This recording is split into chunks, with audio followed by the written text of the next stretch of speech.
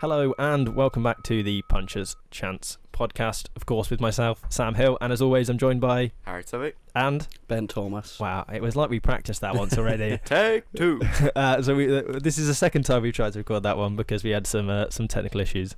In other words, I didn't turn the right mic on. How was your weekend, Harry? This will be interesting to know. Well, you already know how my weekend was, but yeah, very good. Aston Villa won.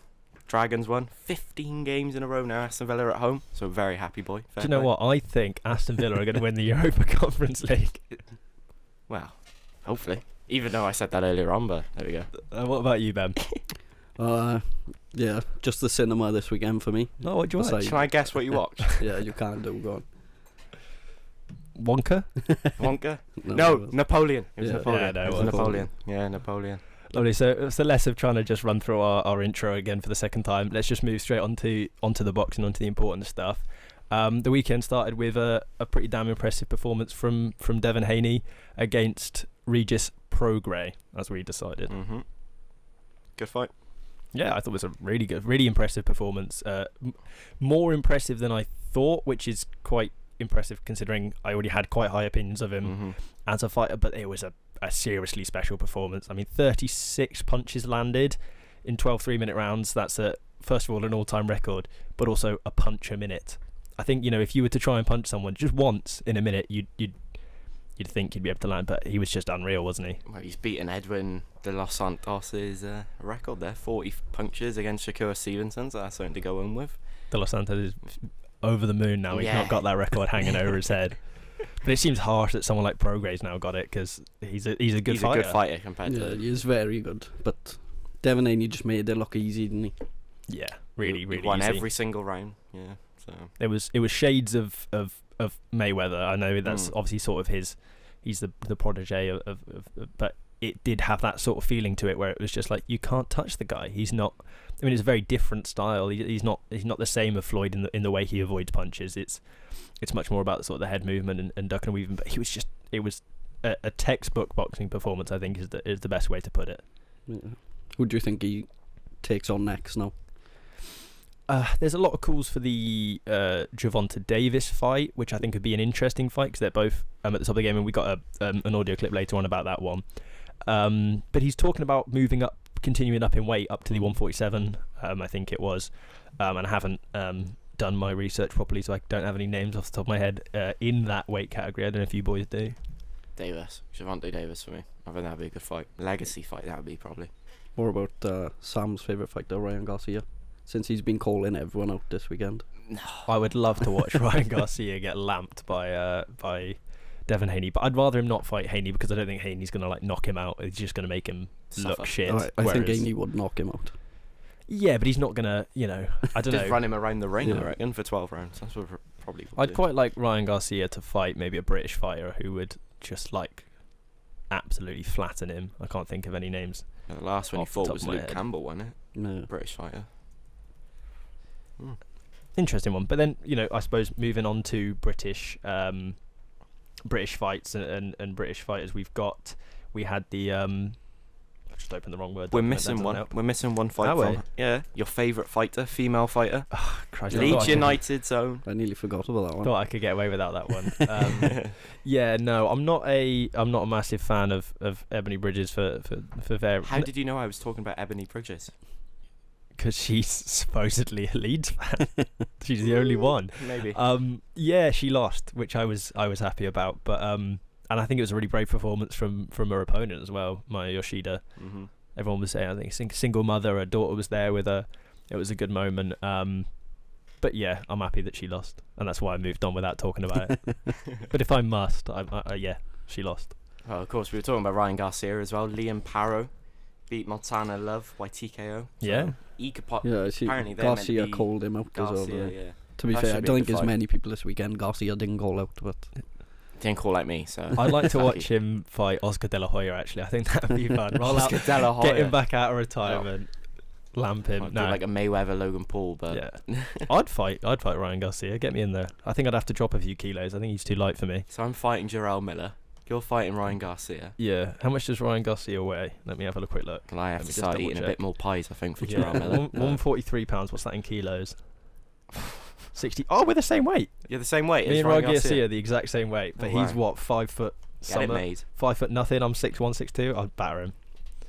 Light work. Firing shots. Light work. I reckon you'd have enough time to train to get on the Fury Usyk undercard, maybe. What was that? March time? February. February. 17th. Yeah. Or When maybe you a have to little. sing American Pie. Maybe a little bit. You'd early have to for be that one. strict over Christmas as well. Yeah. Yeah. Christmas. Don't want to jump up into the neck weight division, do I? Don't want to be a welterweight. No. No pigs in blankets for you. I think I could do it. You think no? No, of course not. But God. it's fun to think. And then Take the obviously, mick out of. as I said, we had the British fights on the weekend.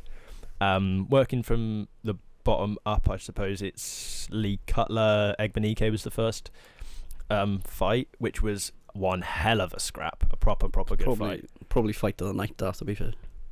Yeah, I'd say in terms of like just the fight as a whole and the quality of the fight, and how well matched the two were, because they were completely different fighters style wise. Egbenike was quite rangy, trying to stay on the outside. Cutler was trying to get in close and throw body shots and combinations, and it just turned out to be a really even and an exciting fight. Yeah, it got good, especially towards the end. The last few rounds, they were proper both going for it. Cutler had a nasty cut. I think he's lucky it probably wasn't earlier on in the fight. It probably would have caused him more issues. Do you think it was a fair result in the end? Cutler getting the win? Yeah, I think he deserved it, but it was closer than I think any of us expected it to be going He's a into. friend of the podcast, so I never doubted him for Yeah. 1 minute. Never, no. I think the way I saw it was that Cutler landed probably the more effective shots. Yeah. It was fairly even. They were trading reasonably. They were both catching each other with stuff, but Cutler seemed to be hitting with things that mattered and things that made a difference. Whereas Egbenike caught him with shots, but didn't. Other than the cut, didn't really look like he caused him too many problems. Yeah, he had the range and he used the jabs well, used the distance well. I thought he was good, to be fair. It was more than what I was expecting from him, but Yeah, for sure. I think the only thing, Cutler like sort of smothered his work a bit too much. I think because Egbenike was the rangier fighter, he was trying to come in close, but he was coming in too close, yeah, and he didn't give himself the room.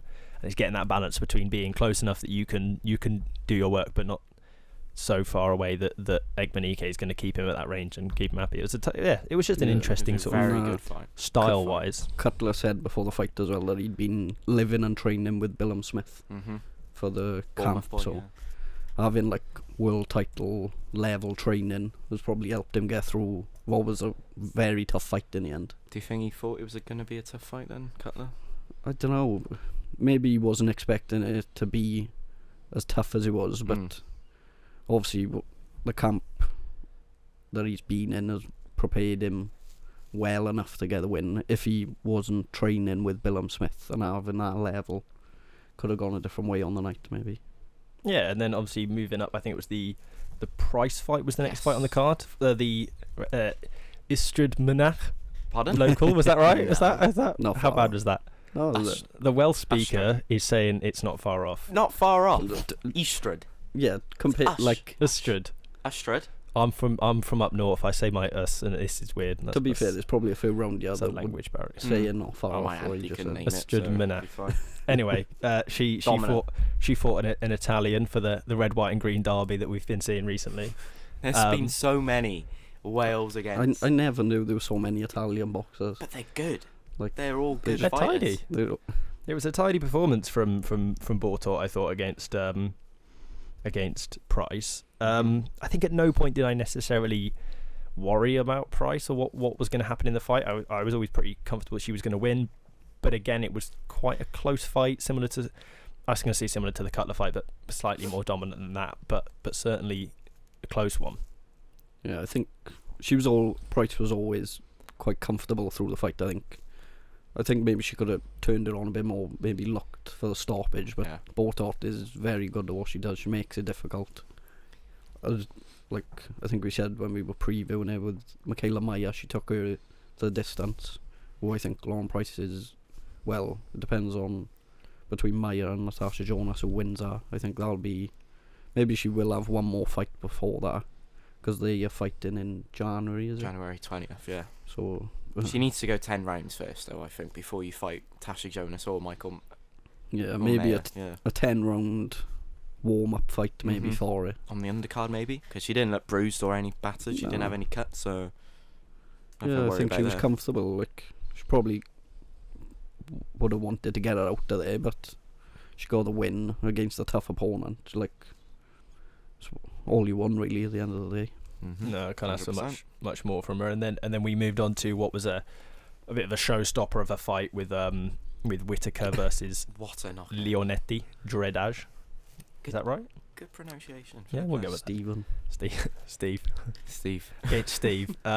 What a knockout it was. Unbelievable. The performance, there was obviously he was taking a piss a little bit, and the ref had a bit of a word with him for that, which I don't know how you feel about that necessarily. The ref stopping him, is that something you think the ref should step in with, or should the ref?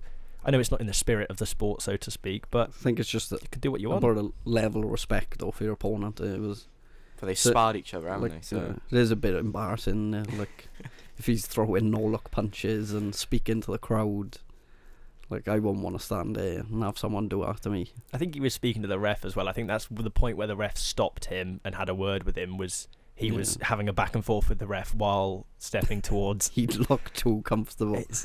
It's an interesting one, and me and Ben were talking about it a little bit this morning, and where we think Whittaker goes from here. I don't know if you guys have any particular views. I mean, we've got an audio clip later on, so maybe we save that one for later once he talks about some of the stuff that maybe he wants. But it's hard to place Whittaker, isn't it? Because of the style and because of the level of opponent he's faced, to date. It's quite hard to see necessarily where you put him within the division or at what level. Yeah, he's gonna get a fall win for the way he is in the ring, but I suppose the higher the opponent you go up against, you're gonna be the same sort of fighter, same arrogance and confidence. When someone sticks it on him, and he's in a fight, is he gonna be the same man? he calls himself the surgeon. That was pretty medieval. It was a hell of a knockout. I don't know if I call it. I don't know if surgeon suits though. Surgeon seems very like precise and very. He is precise. He is, and that count. It was the counter punch. It was the left hook and then right. No, it was the other way around. No, it was the right and then the left hook. Oh. Yeah, he leant back on it So and then hit him clean. with the counter right, and then came with the left hook and dropped him. He wasn't getting back up from that, really, was he? Even non-boxing fans were tweeting about it. So we had all the course were getting excited, weren't it? Yeah. Not wrong with that. Yeah. Who was the guy that called him out? Louis Edmondson. Or Lewis Edmondson. He fought after Billum Smith. He did, yeah. So they did the normal boxer thing where they had the main event and then another fight. Yeah, he's 8-0, isn't he? 8-0, yeah, ranked just slightly below Whittaker, or certainly is on BoxRec. He's ranked 14th, I think, and Whittaker's 12th British in the division. So yeah, maybe it's an interesting fight to take, and certainly it's two personalities and two guys who'll talk up the fight, which is always interesting. It's a good domestic fight, but it might be a fight where someone will actually take it to him. Mm-hmm. So it'll show a bit more about him as well. Yeah, it'll be an interesting one. And then talking about fights where someone took it to someone and stuck it on them, we had that the clash between Billum Smith and Mateusz Masternak, which was ended in a weird way, but otherwise was quite a surprise of a fight in general, I think. I was just happy that Masternak came to fight. I thought he wasn't going to come to fight, but fair play to him. It's very handful. All I'm saying is that if it wasn't for the rib injury, that my prediction may have stood correct. I had him 5-2 up. Yeah, he was winning. He was winning comfortably on the round. So two of the judges had him 5-2 up at that stage, and the other judge had them level, which I don't understand that. Bizarre. I don't know how they got to that British conclusion. Judging. Yeah. Also, wait a minute. that. No, so it was the 7th round, so I don't know how that was what the commentator said. It couldn't have been level. Maybe it was 4-3. He had it at. But yeah, it was an interesting fight, and Billum Smith wasn't at his best, or what maybe we expected from him from that fight. Well, comparing to what he was like against Lawrence Okoli, I thought it was it wasn't his best performance, but he got the win. That's all that matters now. As a world champion, you get your wins and you move on and you look for other opponents now. And obviously, what was it, Richard Riakporhe? Yeah, that looks like his next fight. He needs to be better against. He needs to step up. And if he does go and beat Riakporhe, then no one really thinks twice about the Masternak fight. It's just a sort of another win on the record. But if he does go to lose to Riakporhe, off the back of that performance as well, it's maybe he's not quite at the level that we saw him at, or perhaps he sees himself at. But he's a world title holder, so he's a good fighter. You don't win a world title by being a bad fighter, but yeah, I think getting a win over Riakpo would be massive, because he's the only person that's beat Willem Smith. Yeah, back in 2019. If he can go and revenge her, and I think there's a possibility they could have the vacant title is up for grabs as well now, so they'd have 2 belts. Yeah, so that's the title that's just been vacated by Jayo Pataya, isn't it? Yeah. That they're talking about possibly will be up for grabs. Well, sort of off the back of that, and we've got some clips that relate to some of that. So we'll move on now to our audio clips, where we look at some clips from the world of boxing, starting off with what Devin Haney had to say about the Gervonta Davis fight in the near future, or whether or not he thinks that's going to happen. Tank don't want to fight because if he really wanted to fight, then he would be trying to build up the fight instead of trying to knock it down, or try to say, oh, I'm only selling because of this or because of that. If he really wanted to fight me, he would be making it that it's a big fight and it's the best fight for boxing. But he only talk down on the fight. But like I said many times, they say everything but let's fight. Nobody. So obviously from that, Devin Haney seems to think that's a fight that Gervonta Davis doesn't want. Do you think that's fair, or do you think that's maybe him talking up a big game and actually that's a fight that both parties do or don't want? If they want money, they'll take it.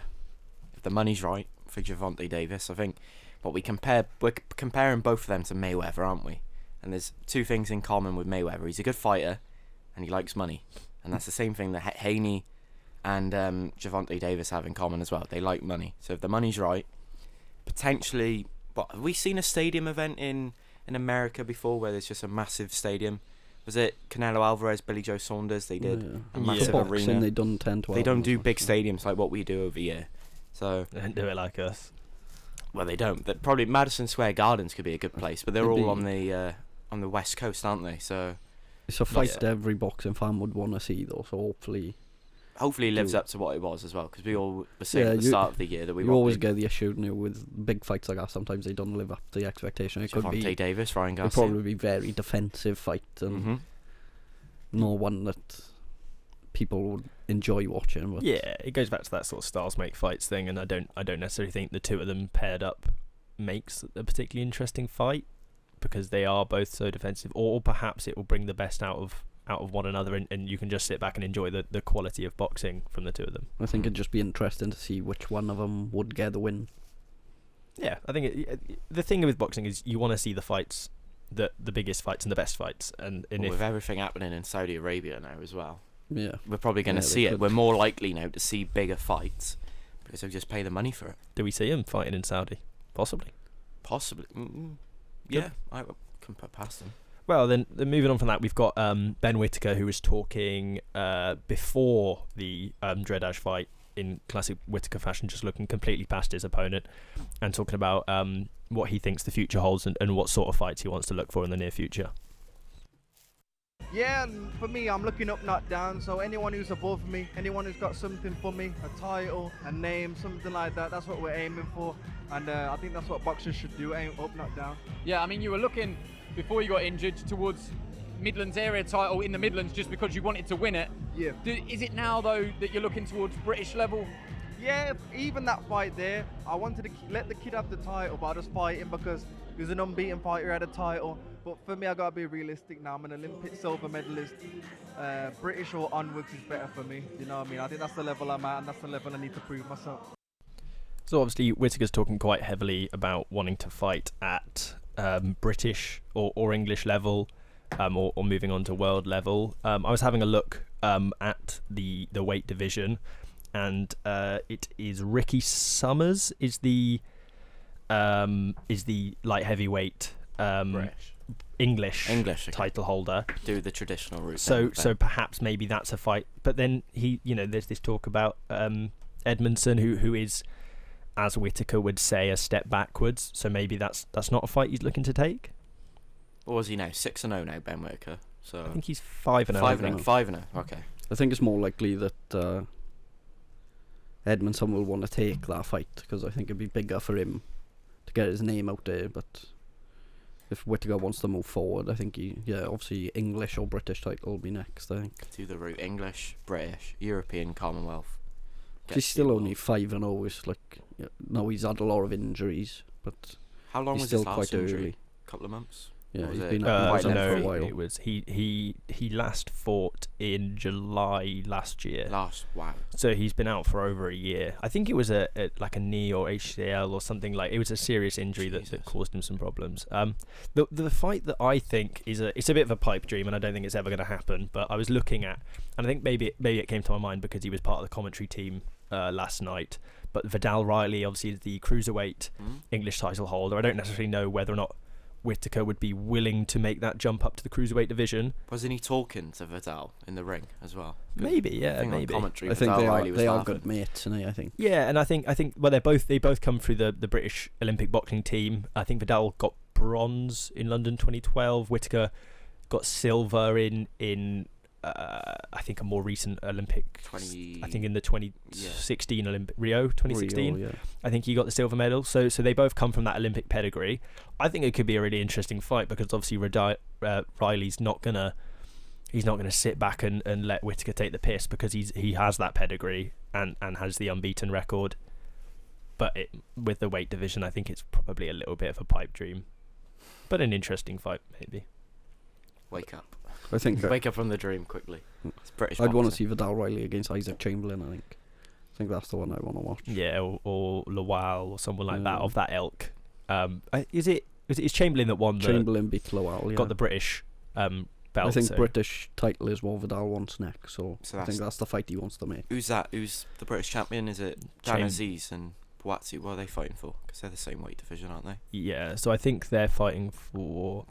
Is it a vacant, maybe British title? I can't name no, it's not. It's not. They're vacant, fighting world title level. They're fighting world title level. I believe so. I should know this because I have been looking.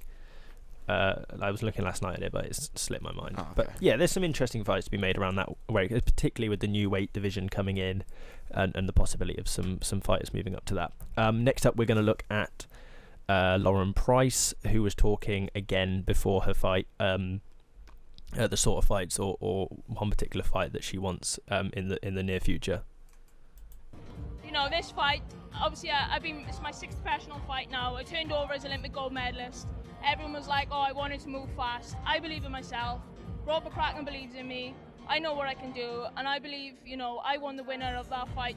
Whoever wins, Mayer or Jonas, I'd like that fight next. Obviously not looking past Sylvia Borto, yeah, on Sunday. I want to go in, good performance, and then my main focus in 2024, I want to be chasing them world titles. So it's a pretty emphatic statement from Price saying that she wants to go straight for that fight. She's not willing to. Obviously, she said she's not looking past her opponent, but now she's beaten her. We can do that. Do you think that's a fight that she should take straight away, or do you think she's not quite at that level and still needs to build up to that level? She needs to go 10 rounds, like I said earlier. That she hasn't. Well, she's been 8 rounds. She wanted 10 rounds. This fight that she wanted on last night, she wanted 10 rounds, and I think she takes the loser of that fight and then fights the winner at the back end of 2024. Yeah, that'll probably be the best way to go about it. Yeah, that would be a smart. And maybe do it in the motor point or whatever it's called now. Maybe we can stick her on the undercard of this brilliant Welsh card we've been building over the course with all the great Welsh fighters, and obviously you fighting Jarrell Miller and myself fighting Ryan Garcia on the undercard as well. I mean, it's quite an event that's building. Moved it now from the motor point to the Principality Stadium just because me and you were fighting. Huge. And then moving on, speaking of stadium fights, we got Ben Shalom, who was talking before the event in Bournemouth about some of the future fights, particularly for Billum Smith and others in and around that weight class, and some possible events that they're going to put on. You heard the Crystal Palace fans. Yeah. You know where it's going to go. Richard Riakporhe. Yeah. Can you see the fight out? What I would love to do is, and we've already spoken to Palace, double header next June with Boatsi and Richard Riakporhe at Palace, and so definitely something we're looking at already. We've got a stadium fight for Chris Billum Smith at the end of May. this will be next year. How realistic is the fight in May for Chris Billam-Smith to be a world title fight? I don't want to announce it yet, but it's going to be a big fight. Massive.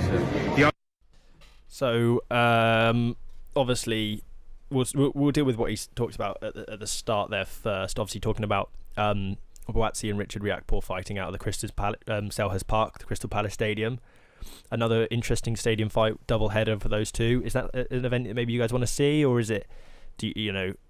Perhaps do we see Riakporhe fight Billam-Smith at Crystal Palace, or is that too early? Maybe I think. Does Billam-Smith want to go to Selhurst Park, or does he want to fight in Bournemouth? I think Shalom was saying that Billam-Smith does want to do the Bournemouth Stadium. He's champion, so he's A side, so he calls the shots. Or perhaps Riakporhe and Billam-Smith fight in Bournemouth, and then Riakporhe goes on to fight whoever. Well, if he wins, then he goes to Selhurst Park and does the rematch, and then makes it 10 times bigger. I do think Riakporhe wins this, or maybe he could go beat Billam-Smith in Bournemouth and then go and have his fight at Crystal Palace's ground. And then obviously, hopefully, Boatsi beats Aziz. That then makes he'll batter that Aziz a big Boatsi, fight as well that he can then move on to, and it can have a huge fight. Which stadiums, particularly when you've got football stadiums and people who have affinities with those, it does add a level of interest to the fights, doesn't it? Yeah. To be fair to Ben Shalom and Boxer, they've put some good fights on for 2024. Mm-hmm. And just looking with the Boatsi Aziz fight, it is British. British light heavyweight and Commonwealth light heavyweight. Commonwealth. Okay. So something that Whittaker could move towards in the future, but he's not near that yet. And then from that, obviously, at the end he touched a little bit on Billam-Smith and having a big fight set up for him coming up, and who that is, we don't know. Obviously, it seems like it's going to be Riakporhe, but Ben Shalom wasn't willing to give any names out. And then moving on from that, we've got Billam-Smith speaking after the fight and what his thoughts were on the fight versus Mateusz Masternak. I think he proved that. I mean, I made it hard for myself, to be honest. I was trying too hard to land one big shot, and then the finishing shot that did the rib was a double jab, right hook, left hook to the body, and it was the right hook that done it. So, did you know straight away that you had done some damage there? I knew it hurt him, yeah, because he slowed right down after that.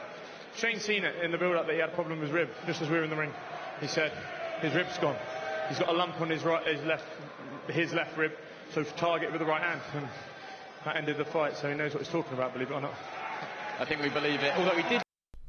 So yeah, that was an interesting point at the end there about the rib, which obviously eventually ended the fight, saying that in his camp and on into the ring that they spotted an issue with Masternak's rib, perhaps suggesting it was a pre-existing issue that they maybe did or didn't know about. What do you make of that? Or do you think that's maybe a little bit of rewriting the truth? He had a problem with his ribs. He didn't look like it when he was fighting those rounds, Yeah, the first 6 rounds.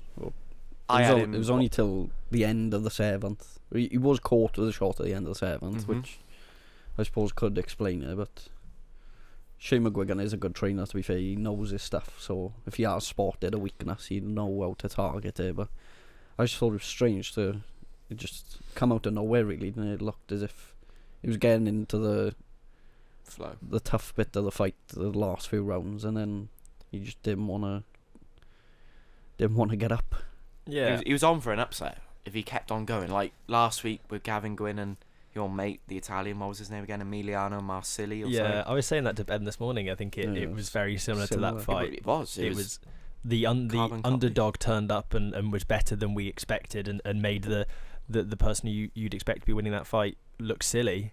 And particularly I think it rings true because obviously Masternak and Marsili's age, they were there. To be fair, Masternak isn't no mug. He is a good fighter, but I think.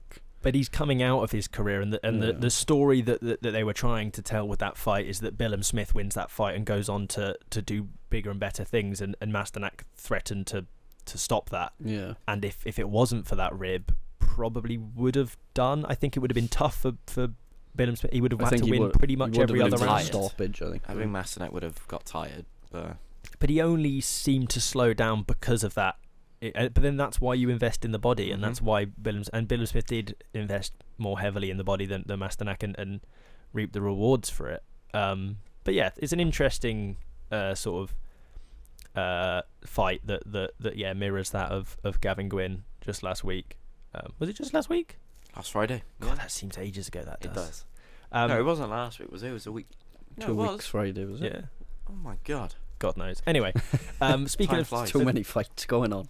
speaking of interesting things, interesting talking points, we've got an interesting talking point this week where Amanda Serrano has vacated her WBC title after they refused to let her fight in 12 3-minute rounds. The WBC have come back and sort of suggested that they think that the reason for that is because they just think 10-round fights are better for them. Whatever. What do you guys make of the conversation point and the fact that Serrano has been willing to drop that belt to make the point? Well, fair play to her, to be fair. It's like it's stupid. She's already done it. Like, she's already proved it can be done. And as we've seen with the fights the other week with Chantel Cameron and Katie Taylor, if that was a 12 3-minute round fight, it would have been even story. better than what it already was. I just don't get You're why left they asking for more, aren't you, with female fighting, aren't you? Because they're it's so not- short, they're so quick. That you want an extra minute. It's not being forced upon them. It's what they're asking for. It's what they want to progress the sport. Like, I don't see why they can't do it. Yeah, and I think as well. I don't know the exact dates off the top of my head, but there was a point in time which people were saying women shouldn't box because that's not what they do. Like, that's weird, and we've gone to the point where we've clearly seen that's obviously not true, and gone past that. So is it a time where we should be saying, well, yes, you're saying that women can't do it, but that's because they haven't, or well, they have, but we haven't consistently seen it. And actually, if you just make that the level, then they'll train to that level and they'll perform at that level. Yeah, there's no, like, if someone has to start it somewhere. Serrano's already had a 12 3-minute round fight, so I don't see why they don't let her, especially as a title fight. Eyes are going to be on it. It's going to progress the sport. Makes it bigger as well, don't it? Yeah. I don't. It's a stupid, but fair play to Amanda Serrano. It takes guts doing that, mine. As well, you work so hard to have to a world title, and then you just vacate it. I think it proves that she's willing to do what she's willing to sacrifice a portion of her own career for the sake of women's boxing. Yeah. And perhaps you can make the argument that by elevating women's boxing, she's elevating her own career. But I think that would be a little bit cynical to suggest. I think ultimately she's doing what's right for her and for other fighters and for the future generations of women's fighters that are coming up. And yeah, I think, like you say, with the Cameron Taylor, if someone said for the trilogy, let's make it 12 3-minute rounds, we'd all be rubbing our hands together going, result, that would be brilliant. Makes it so much better. Yeah, to be fair, between Katie Taylor and Amanda Serrano, the amount they've done for women's boxing, I think the least they deserve, like, as they probably coming towards the end of careers, is to have them fights and to be known, like, legacy-wise in the future when you will eventually have the women doing the 12 3-minute rounds. It should be fair to look back at them too and be the ones that started it. Do the Olympics do the same length of rounds and everything? I think they are. Is it different as well? I think it is shorter. I don't know off the top of my head. I'll double check They're 2 right away. Yeah, but the thing is, the women, they go for it because they know they haven't got a long period of time. Yeah. Whereas men, they can stick behind the jab and all. They tend to be more of a scrap, don't they? Because they know they need to win the rounds a lot quicker. And I think that's what they are suggesting, or what the WBC are trying to suggest, is that women's boxing is brilliant because of the way the rounds are set out at the moment. But then, if surely you could do well with the men's. Yeah, then the point is that they want the option to have those 12 3-minute rounds, and they may say next time they get to fight, they may go, actually no, I want 10 rounds, because not 10-minute rounds, that'd be obscene. Because in the old days, because that will be that's what's best for this fight. But ultimately, it's the freedom of choice, isn't it, that we're looking for here, rather than forcing them. Imagine telling Tyson Fury and Alexander Usyk that your fight is now going to be 10 2-minute rounds. Yeah, it's pointless. Even 12 2-minute rounds, they probably end up doing that in a couple of years' time. I don't get it. I don't see why they can't just have the 12 3-minute rounds, to be fair. Get it done. It's a protest, and I stand with Amanda Serrano. Fair play to her. Yeah, the Puncher's Chance podcast are with Amanda Serrano against the WBC. And then I suppose moving on from there, we might as well move on to previewing the the next week's fights, and we've got on the Friday night, we've got the sort of first big influencer fight since we've started. Really, it's not necessarily. I would say the other fight on Friday night's bigger in YouTube boxing. Which, of course, yeah. Oh, we can talk about that as well afterwards. Yeah. KSI, yeah. So that's obviously the one I was talking about. Yeah, of course, yeah. Not Jake Paul versus whatever his name is. Andre August. Gerald July. What a name! Yeah, I just say I like that. I like Andre August. Yeah. So we'll start with the Jake Paul fight. What do you think? Do you think this is a fair fight in terms of Jake Paul dressing it up as, I'm finally fighting a professional boxer. This is what you've been telling me to do. But let's not forget as well that KSI fought Pineda and he was a professional boxer. And let's don't talk bad about Pineda. I know, I love the guy, but he's not at a level where it proves anything of any use. I think Andre August is a much better boxer than Pineda. So yeah, I think you have to give it to Jake Paul. He's won a title as well. He won the Texas heavyweight title. Oh, I know it's probably not the most prestigious. That's like a Southern area title, probably in Britain. It's a title at the end of the day, so he's got Don't some take the piss out of Southern area. Our best mate Lee Cutler is a Southern area title I'm not taking holder. a mick, I'm just comparing. Okay. You know, he's on a fight. Quickly moving away. He's on a 5-fight winning streak. Fair play, August. Jake Paul's got a lot. You know, where's he fighting as well? Ain't he fighting in like a hotel lobby? Yeah, I think so. Well, also Andre August is 10-1-1. Yep. Last time out, he fought someone who was 7-0, winning that one on unanimous decision. He hasn't lost since 2017, is it? And 18. 18. Yeah. So he's been out the game a little while. He hasn't fought until this year. He hadn't fought since 2019. So it's the first 8-round fight he'll be having as well. He's only ever fought 6 rounds. Yeah, he's only ever fought 6 or 4 at most of his career. He's even the Texas heavyweight title was a 6-round fight. So I think that's my new favourite title, mine. Yeah, you're gonna have to keep an eye on.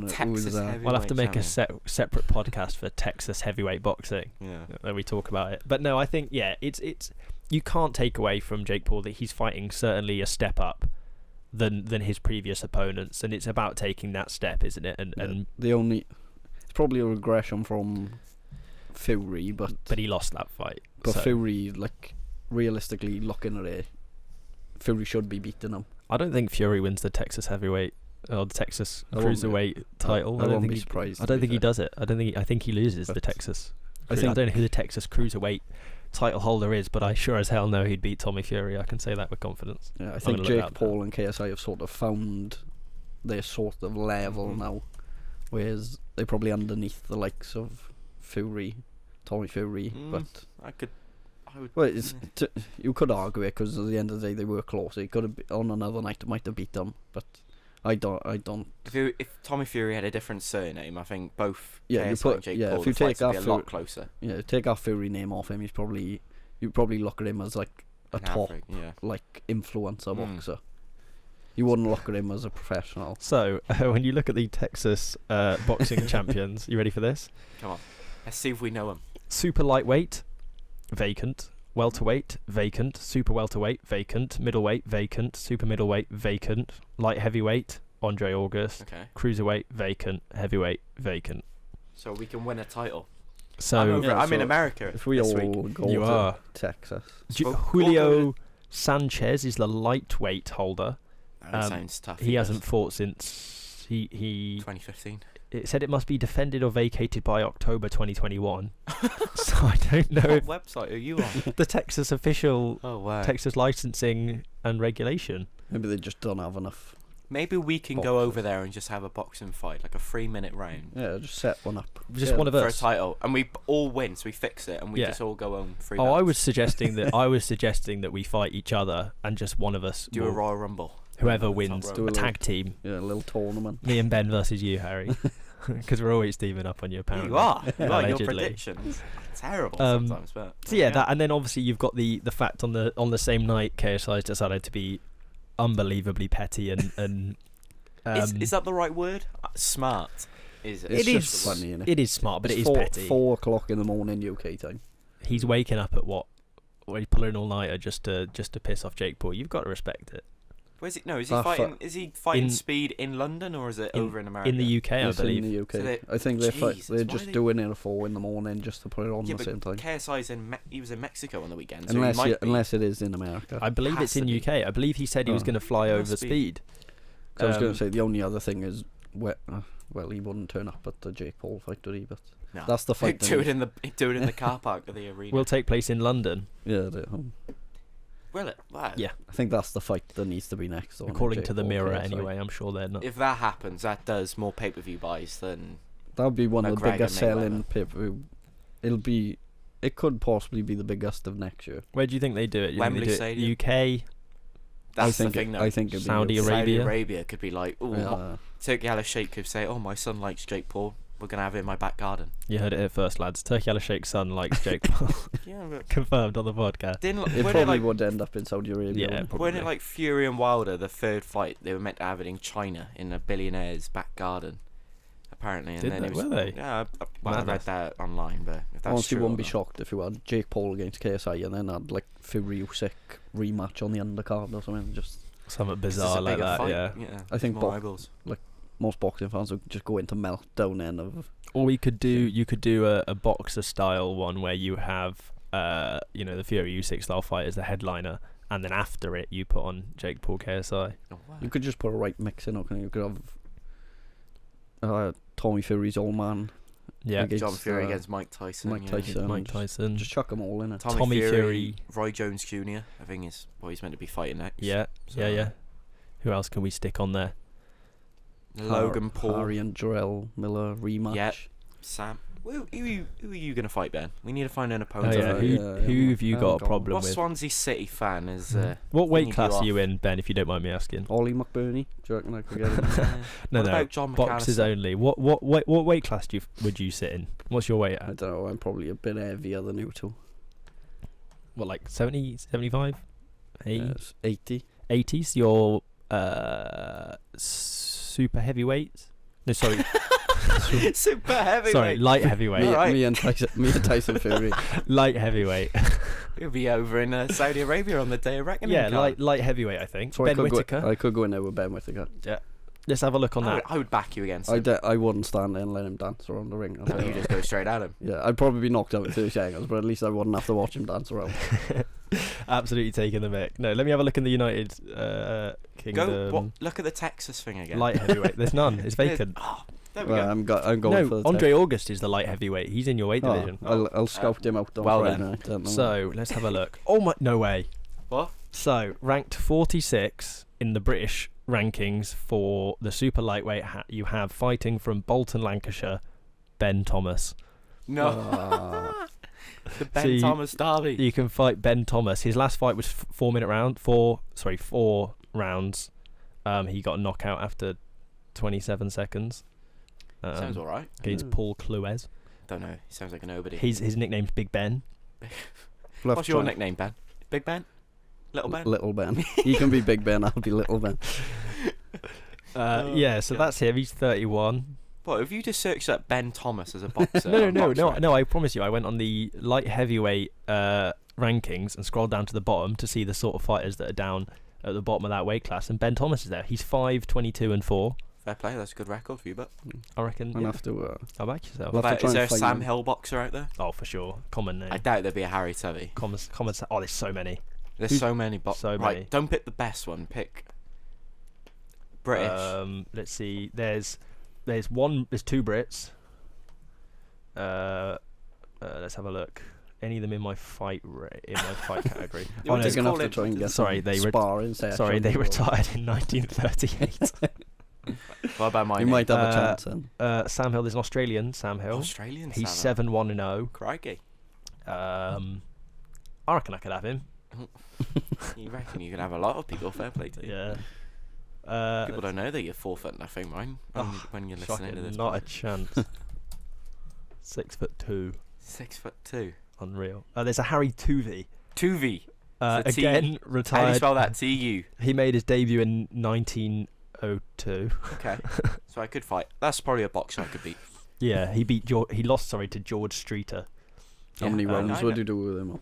How many rounds would you do with him? I would dance around him. I would make him look silly and take him the distance of 2 rounds. Is there any active? Oh, we've got Harry Tapau. Tapau, okay. Where's he from? He's another Aussie, so we can do an Another Aussie card. Me an and Aussie you card? head over. So we got yeah. a Welsh card. Ben Thomas against Ben Thomas. He's 0-2-0.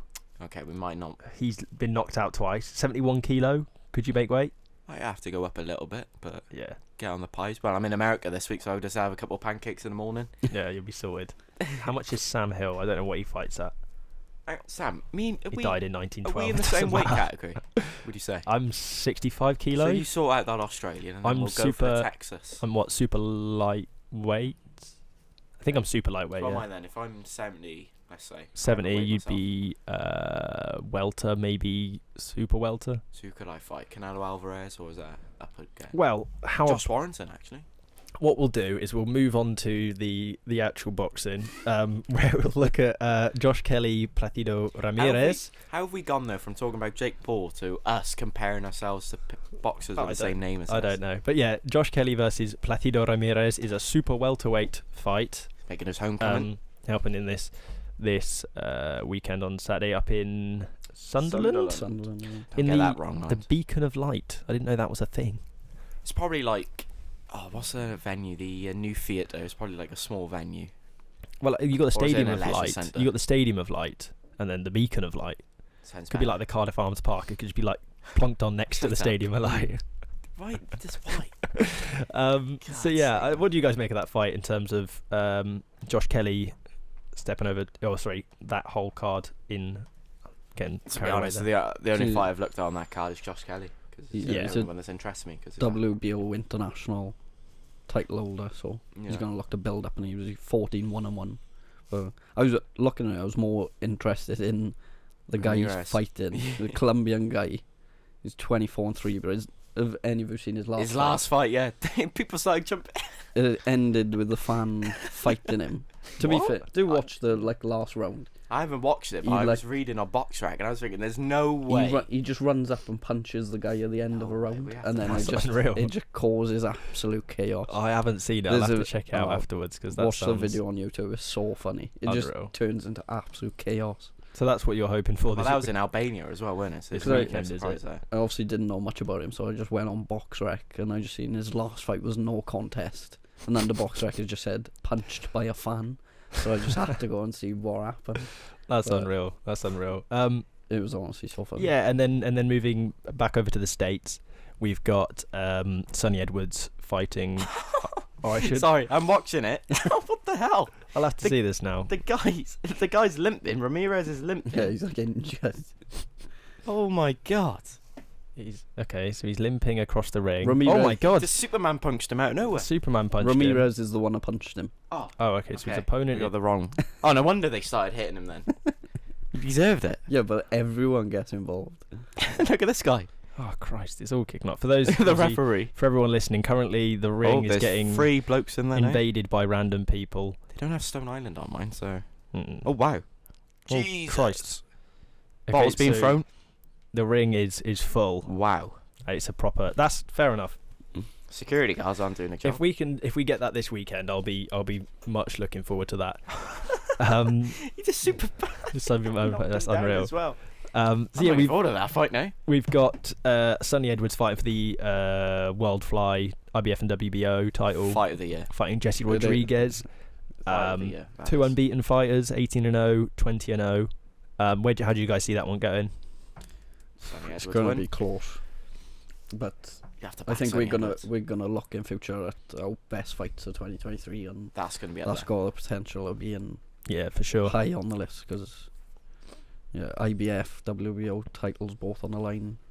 Making his American debut as well, Sonny Edwards. Because ain't it like Eddie Hearn's flying over 4 other Brits as well to fight on this card? I don't think it's. Or possibly. I know that Jalal Yafai's fighting. Yeah, and you've got Peter McGrail. Mm-hmm. The undercard from that fight is I've read this one already. Murajan Akhmadaliev is fighting. Well done. 11-1 he is fighting Kevin Gonzalez, 26-0. Okay. At bantamweight. So that's the big card. Underneath, and then you've got Jalal Yafai fighting Rocco Santamora for the WBC International Fly. So there's some really good cards, fights in the undercard as well. Obviously, Peter McGrail's taking on Jericho O'Quinn. What a name that is. That's a very good name. Jericho He's O'Quinn. better as Harry Tapia. Harry Tapia. Yeah, what do you guys make of that card and obviously the main event? And you know, do you think Sonny Edwards takes that one, or do you think it is maybe a step too far for him at the international level? Well, he's a world title holder. I think it's going to be close between the two of them, but wherever one of them wins is probably looking towards unifying and against Artem Dalkian or Ulo Cesar Martinez, who are WBA, WBC. So could be looking at an undisputed fight in the future. Hopefully Sonny Edwards gets the win, but well, for British boxing it'd be good. Yeah, it's not going to be easy. As Michael Buffer says, somebody's O has got to go. Always. Talking about announcers, do you know that David Diamante shouted out my name before? Did he? When? Shall I get it up for you and prove? Because you probably don't believe me. Yeah, sure. Stick it on. Why not? I've been actually waiting to. What I was going to say is I can't believe flyweight is 49 to 51 kilos. Tiny. That's starve. You have to starve yourself all week. I couldn't do that. I weighed that in like year 11 and I was like 5'2". Sonny Edwards. Year 11 you weighed in. Mate, that's me in like primary, like year 2 or year 1. Yeah, but I was like 5'2". I was dead skinny. I weighed out. You're 6'2" now. I only weigh 65 kilos, so I'm not much heavier now. Right, here we go. Stick on the mic. Why not? I will. Don't Stick it on the mic, Harry, and we can listen to it. Let me get ready with the audio. Can't play it. Hang on. Oh, I haven't got it. Oh, it's silent. It's muted. But I promise you, he said it. No. No. I hope he says your second name twice, mind. Otherwise, it's not worth it. I hope he does, but he says it wrong though. I hope does he say Harry Tovey? It's not working. Oh dear. It's not working. Oh dear, that's a shame. It's not working. No. We'll have to it's try literally there as well. It's not working. Oh no, I can see it. If I send it on WhatsApp, see if it. I don't know. I won't be unable able to get it. download. I won't be able to Unable get it to work. download. I won't be able to get it to work, Harry. It's all right. What we'll do, you can show us. No, that's actually. No. What we'll do. So we're recording the Day of Reckoning podcast straight after this one. So what we'll do is we'll get you to show us in the interval, and then if it's true, I will give you your due credit. Why is it not working? I think the Wi-Fi is not great. Anyway, moving back onto again, we've been sidewinded from professional boxing. Just with for a little while. With more focus. I'm the undisputed champion, according on our own egos. This has become a podcast. We were very respectful for the first 3 weeks, and now it's become a podcast where we rate ourselves as better than professional boxers, and refuse to talk about them, and instead talk about the times that people said our names. Shush. My teacher used to say my name every morning at school. Yeah, but not David Diamante. This guy is incredible. Okay. So yeah, we've got what we'll do. We'll go back and do what we always do on the podcast, and at the end as we make some predictions for the upcoming fights. Obviously, looking back to last weekend, I think we all said that Haney was going to get the win. Cutler, Whittaker, and Price. We all agreed on. I went different on Mateusz Masternak and was probably unlucky in the end. That's 2 weeks in a row your predictions gone out by an injury. So yeah, whoever you predicted this weekend's got to be careful. I did it once. I was doing the Grand National and I bet on a horse, and it broke a leg or something halfway down the green, and it was Wayne Rooney's horse. I think it was. It's even worse for them. Well, Alex Ferguson's horse probably. It's not as if they are getting back up from ours there. So. No, exactly. So I've got a history of picking maimed fighters or horses, and then we've got this weekend. We've got Jake Paul, Andre August. I know how highly we all think of the Texan title holder. After finding that out, I think he's here we go. Look at that. He's found it. I found the clip. It got Harry Tovey. And when you go on YouTube as well, when you're scrolling across to find it, it even comes up with my name. Harry Tovey? Or Harry Toby? Or Harry... It's Harry Tovey. For what reason was the... Mate, how long ago was this? This was 3 years ago. I was 15 years old, and I was a fanboy, and I was... David Halloween. I think it was the night before Fury. Halloween? It was Halloween. Do dress up. Shut up. Let's have a look. Dressed up with a dread. Everyone else was out trick-or-treating. Harry was just watching a Diamante stream. Shush. Oh, please say my name. Where you from, Harry? Tovey. Hold on. Hang on. We'll just say it's from, I don't know, Brixton. Brixton I'm from. Tovey. I don't think He said it twice as well. Look at that. That's my claim to fame. he didn't. That's I my don't mate. think the mic picked it up, unfortunately. What? But, You muted my mic. no, Did no, you not? no. I just. I'm not didn't- I finding think- that. That took me but ages I to will. I will stand. I'll say it is for sure. He did say his name. You did say my name. Has Michael Buffer? Has he said your name? No. No? No. No, that's Well, he my fault. might have done in 1902 when You will Sam do Hill when fought. they When you fight Ben Thomas. the Texas International. Yeah. So We need to make that big. We have to make that obviously we think quite highly of the Texan division. Does Andre August beat Jake Paul, or do you think the Ohio? I was going to say the Ohio State champion, but that is just a lie. But do you think Jake Paul beats Andre August? Yeah. I think he takes him the distance, though. I think he's going to be a lot tougher. Does he take the Texan belt? Do you reckon It's Jake not Paul- up for grabs, is it? Imagine No, if but does it he was. walk though. out with it, though, with like someone behind him holding it up as well? Imagine if Jake Paul If took his belt. If he gets the Texas belt, does that technically mean I can fight Jake Paul then for that belt? Yeah, it's your You'd weight be division. sorted for life if you fight Jake Paul there. Though I think Jake Paul's fighting at 185, 190, so I think he's fighting Cruiserweight. at cruiserweight this fight rather than light heavyweight. So you might have to jump up or convince him Get on the to pies to at the football come level. down in weight. I'd be more than happy to. Meet him in the middle. So we all think Jake, and then we got the Sonny Edwards. We all thought Sonny Edwards. We all think Sonny Edwards, or do you not? Ben's not convinced. I don't know. It's a 50-50 fight. It Don't is. sit on the fence again like you did with Fury. I'll you go opposite to you two. I'll go Jesse Rodriguez. Fair enough. There we go. And then we got Josh Kelly. Do you think Josh Kelly taking that fight? Do you think? Josh Kelly. Well, if fans don't interrupt it. If they get to the end of it, I think Josh Kelly will. Is Ramirez going to whip out the Superman punch? I'm not being like funny though. Ngannou did? Ramirez deserved it after watching it. I thought it was the Albanian. It won't be guy an that easy caused fight, it. mind us. South No. American fighter. They're Decent tough. record as well. I know.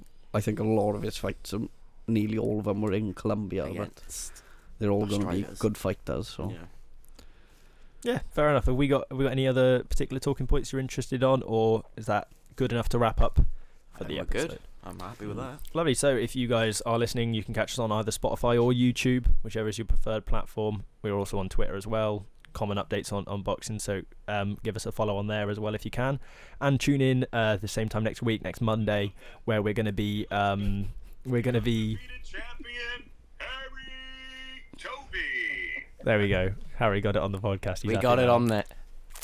Yeah, so tune in next So Monday. buzzing, happy. We'll be doing the Day of Reckoning preview, which we're recording straight after this.